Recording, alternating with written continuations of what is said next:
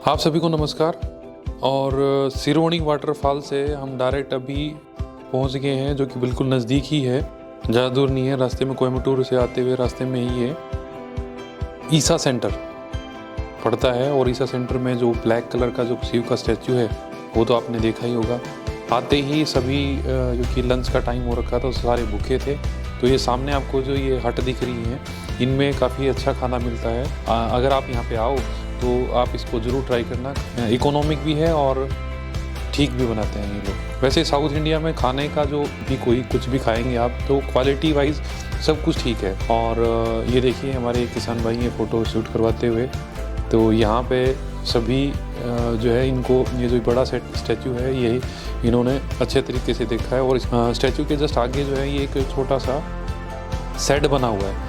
तो इनका जैसे मेरे को जो समझ में आया, जो आदि योगी हैं और भी बहुत सारे आदि योगी थे, और उन आदि योगी की छोटी छोटी जो मूर्तियाँ हैं वो बनाई गई हैं। तो इसमें बहुत सारे लोग जो हैं पूजा करते हैं, आपको दिख रहे हैं। तो ये यहाँ पे पूजा पाठ करवाते हैं। यहाँ पे जो पूजा करने वाले जो पंडित हैं वो भी यहाँ पे बैठे हैं और वो पूजा उनकी करवा रहे हैं। और ये पूरा का पूरा एरिया जो है काफ़ी पीसफुल है। और चारों तरफ आपका अगर देखेंगे तो चारों तरफ इसकी पहाड़ियाँ ही आपको नज़र आएंगी और नज़ारा देखने लायक, बिल्कुल देखने लायक है। तो इसमें हमारे जो फार्मर्स हैं वो काफ़ी एंजॉय कर रहे हैं यहाँ पे। और लोगों की भीड़ भी काफ़ी है यहाँ पे। लगभग डेली यहाँ पे काफ़ी लोग जो हैं स्टैचू को और इस ईसा योगा सेंटर को देखने के लिए आते हैं। तो भीड़ तो स्वाभाविक है, भीड़ होगी। तो आज हमें पता लगा है कि रात को यहाँ पे जो लाइट शो है वो भी होता है। तो हमारे लिए नया था, हमने अभी सोचा नहीं था कि लाइट शो भी हमारे को देखना को मिलेगा। फिर पता लगा जो स्टैचू के साथ बिल्कुल पास में, जो स्टैचू के साथ में ही या फिर ये यूँ कहें कि स्टैचू के जस्ट पीछे से रास्ता है जो योगा सेंटर है उसके बाद जाने का। कुछ ज़्यादा हमने किसी से पूछा नहीं इसकी इंक्वायरी की भी कैसे क्या, लेकिन हमने जैसे वहाँ पहुँचे तो हमें पता लगा पीछे योगा सेंटर है, वहाँ पे भी काफ़ी अच्छा देखने के लिए चीज़ें हैं। तो हमने यहाँ पे रिक्वेस्ट की कि भी आप भी कुछ बताइए इसके बारे में। जो टिकट काउंटर है इसके जो टिकट काट रहे थे इनसे, लेकिन उन्होंने साफ मना कर दिया। बक्सो मेरे को जाने दो, मेरे को मुझे कुछ नहीं कहना। अब नंदी के ऊपर हम बैठ गए हैं। ये इनको कुछ टिकट लेते हैं 10 रुपीज़ पर पैसेंजर के अकॉर्डिंग। और ये जिनको पैदल नहीं चलना है, ये जो स्ट्रक्चर बनाया हुआ है इसमें ये 2 साइडों में इन्होंने स्ट्रक्चर बनाया है, उसमें आराम से बैठ के आप आराम से जा सकते हैं। तो जैसे हमने टिकट ले लिए और हम सभी बैठ गए हैं। और ये आहिस्ता आहिस्ता करके मैं शूटिंग करते हुए जो वीडियो को चलाते हुए ये मैं उसी सीट पे जो उन्होंने बनाई हुई है उस पे ऊपर बैठा हुआ हूँ। और ये चारों तरफ का नज़ारा मैं आपको दिखा रहा हूँ। ये जो कोकोनट के जो पेड़ है चारों तरफ इसके साइड में लगे हुए हैं। और ये हमारे किसान भाई हैं साथी हमारे। और ये बिल्कुल साफ़ सुथरा सा इलाका, काफ़ी क्लीन है एरिया पूरा का पूरा। जो भी आपको दिखाई पिक्चर में भी वीडियो में भी आपको दिख रहा होगा, ये बिल्कुल क्लीन एरिया है।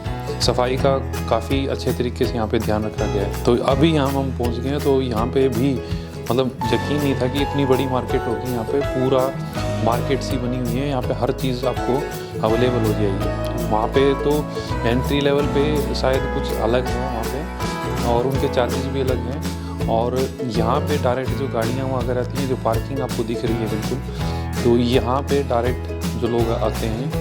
और ये पूरा इलाका एक छोटा सा पूरा डेवलप हो रखा है यहाँ। इसमें हर चीज़ आपको खाने के लिए और जो ड्रिंक वगैरह हैं वो भी आपको सारे यहाँ पे अवेलेबल हो जाते हैं। लेकिन साउथ इंडिया में मैंने नोट किया है कुछ, जैसे हम प्लानिंग बना के आए थे कि जैसे जो कोकोनट है, कोकोनट क्योंकि यहाँ पे नॉर्मली उगाया जाता है। और ये जो कोकोनट है हमारे को कम प्राइस में हमारे को अवेलेबल हो जाएगा। और मेरे खुद ये सोच रहा था कि 10 या 20 रुपये में कोकोनट में जो वाटर है वो मेरे को अवेलेबल हो जाएगा, क्योंकि सामने कोकोनट जो ट्री हैं वो मेरे को सामने दिख रहे हैं। तो बिल्कुल जो रॉ है उन मटेरियल अवेलेबल हो सकता है हमारे को चीप प्राइस में हमारे को मिलना चाहिए था, लेकिन ऐसा नहीं है। वहाँ पे भी वो उसका जो रेट है 40 और 50 के बीच में, इतना ही हमारे यहाँ पे हरियाणा में और इजीली अवेलेबल हो जाता है।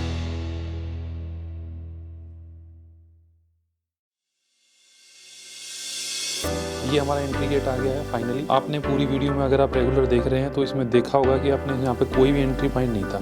जैसे गेट होता है कि एंट्री होती है उस गेट से, ऐसा कुछ नहीं था। एक स्टैचू है, स्टैचू में नॉर्मली आप कहीं से भी कोई चारों तरफ से हर जगह से ओपन था।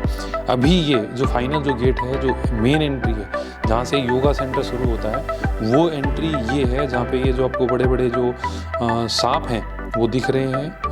काफ़ी अच्छी एंट्री इन्होंने बनाई हुई है।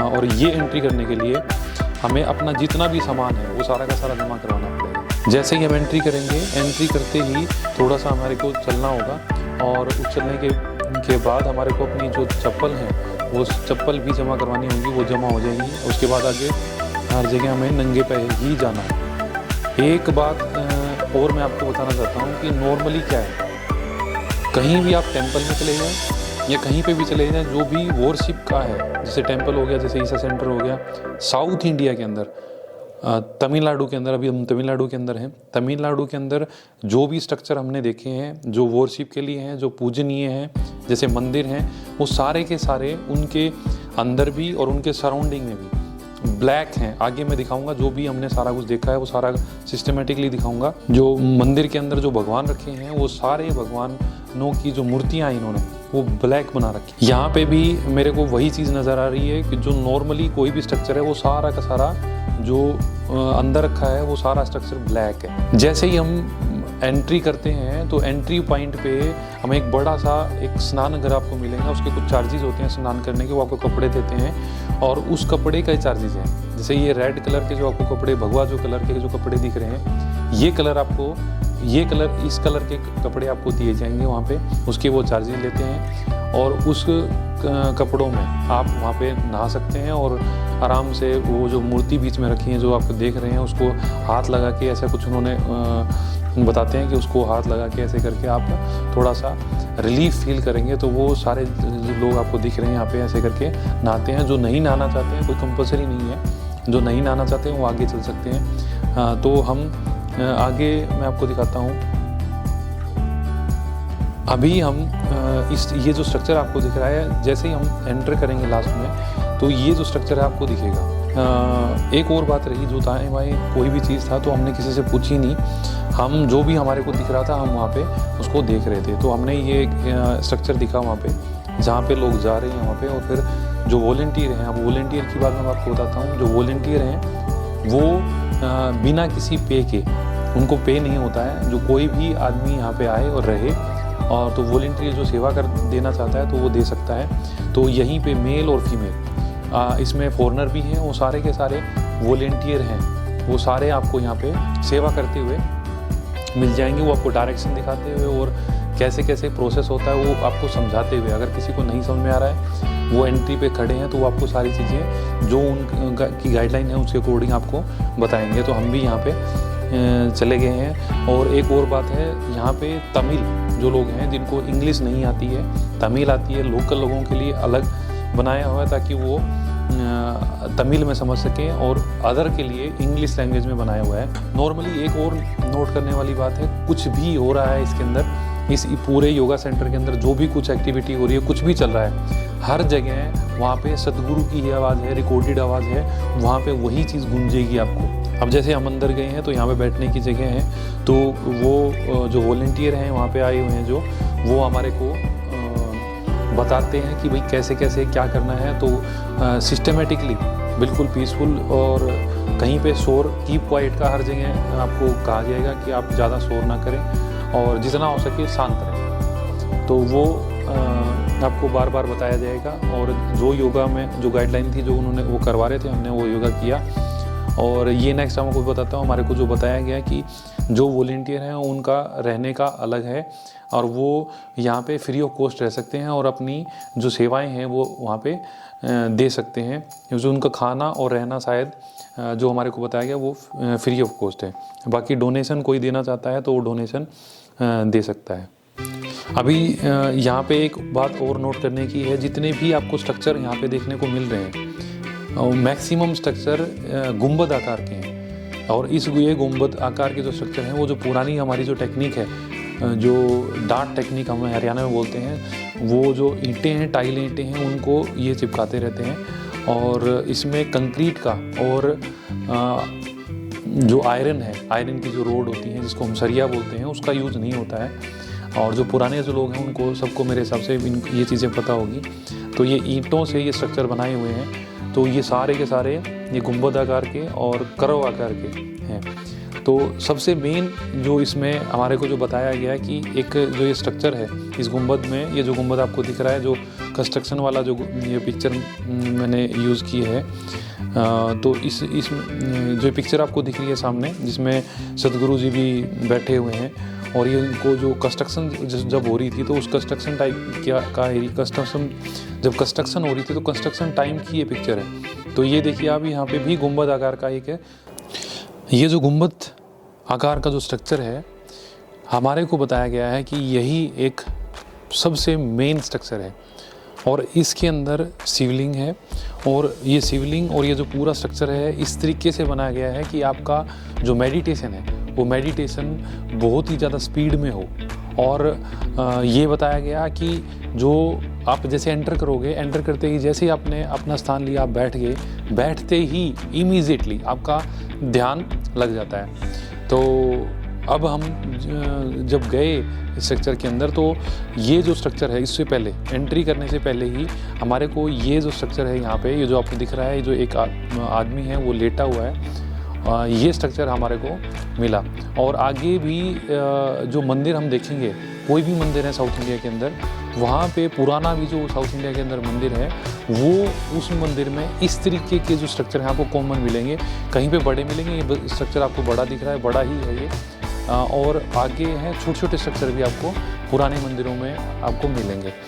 और जैसे ही मैंने एंटर की और काफ़ी शांति थी वहाँ पे, और सारे लोग हम एक एक करके वहाँ पे बैठ गए।